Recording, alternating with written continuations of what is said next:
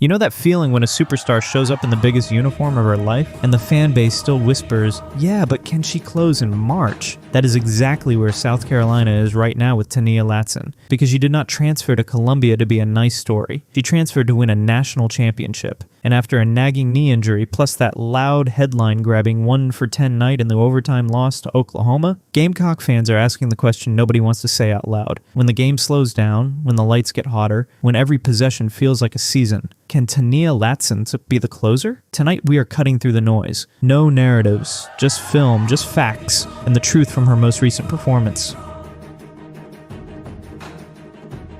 Let's start with the box score that would normally make other people panic. Against number 25 Alabama on February 19th, Latson played 27 minutes. She scored 10 points. She went 5 for 11 from the field. She missed all 3 of her 3-point attempts. She missed both free throws. If you stop there, you would think, oh, this is a problem. But here's the twist. That was not a liability performance. That was a wild card impact performance. And the reason that matters is simple. When an elite volume scorer loses rhythm, they often become a black hole. They stop defending, they stop moving, they start hunting, they start forcing. Latson did the opposite. She found a different way to affect winning, and if you are Dawn Staley, that is the first thing you're looking for, because March does not always give you your favorite shot. So the real question is not, did she score? The real question is, did she help South Carolina control the game?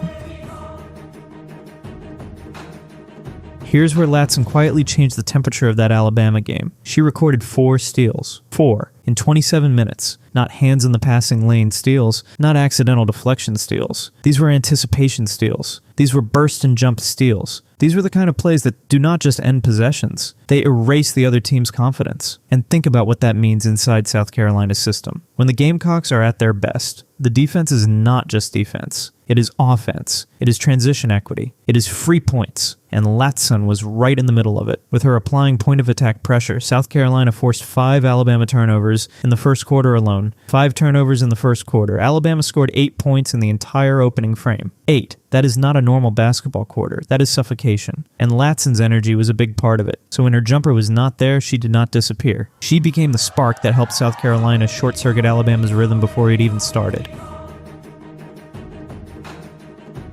Now let's talk about how she got those 10 points. Because this is important, Latson did not score with threes. She did not score at the free throw line. She scored inside the arc, 5 for 8 on 2-point shots. That is the part that tells you she made a smart adjustment. Instead of living on the outside shot that was not falling, she used tempo, angles, and early offense. She turned chaos into points. She turned deflections into layups. She turned pressure into transition. So the scoring did not look pretty, but it was functional. And when you're playing with a knee issue, functional can be the difference between forcing bad shots and finding a way to stay effective.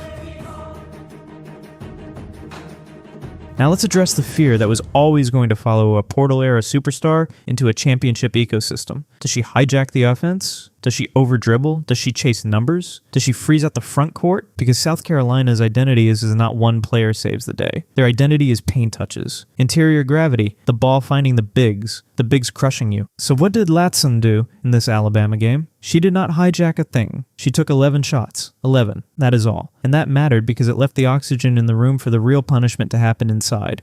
Joyce Edwards went off for 23 points and 12 rebounds. Medina Okot delivered 16 points and 16 rebounds. And South Carolina dominated points in the paint by a ridiculous margin, 44-20. That is not an accident. That is the system working, and Latson fitting inside it. She also had 3 assists. That is not a random number. That is proof she was moving the ball, feeding the flow, and choosing the team geometry over her hero ball. So if you are a Gamecock fan worrying that she will disrupt the balance, this game's a strong argument that she can fit without taking over. Okay, so if she defended, created turnovers, scored efficiently inside, and did not hijack the offense, why are people still nervous? Because the anxiety is not about February. It is about March. It is about the half court. It is about what happens when transition is gone, the paint is crowded, and your offense needs a perimeter pressure release. That is where the numbers from Alabama still raise a real question. Latson went 0 for 3 from 3. She went 0 for 2 at the free throw line. So that is 0 for 5 on the shots that usually stabilize a score. 3s, free throws. Those are the keep you alive points. And when those are missing, your margin tightens. Now add the knee situation into it. Missing both free throws can be a sign of fatigue and mechanics not being fully clean. And when the body is not 100%, the shot is the first thing that becomes inconsistent. So here's the honest truth. Right now, Latson is showing she can impact winning even without scoring like a superstar. But she is also showing that her perimeter and free throw consistency can swing wildly. And that is why she is the wild card.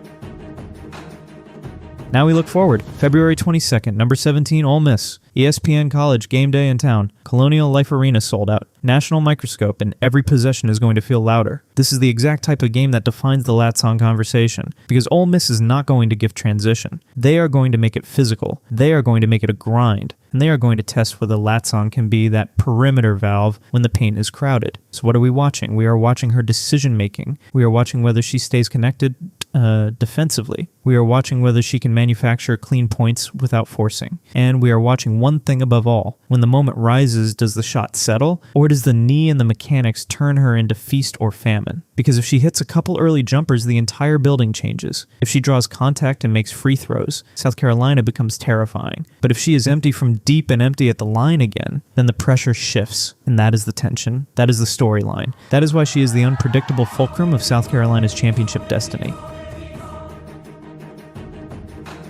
So here's the takeaway. Tania Latson is not just a scorer trying to find her shot. She's a two-way momentum piece who can change games with defense, speed, and smart fitting inside Don Staley's system. But the question is still sitting right there in the open. When the half-court tightens and South Carolina needs a closer, is Latson the answer? Or is the knee and the perimeter volatility going to make her a March question mark? Now I want to hear from you. Against Ole Miss under the college game day lights, what do you trust more from Latson? Her defense creating transition, or her scoring creating separation? Drop your answer in the comments and tell me what you are watching on the very first possession. And if you want more film first, no narrative breakdowns like this, hit the like button, subscribe, and I will see you on the next one.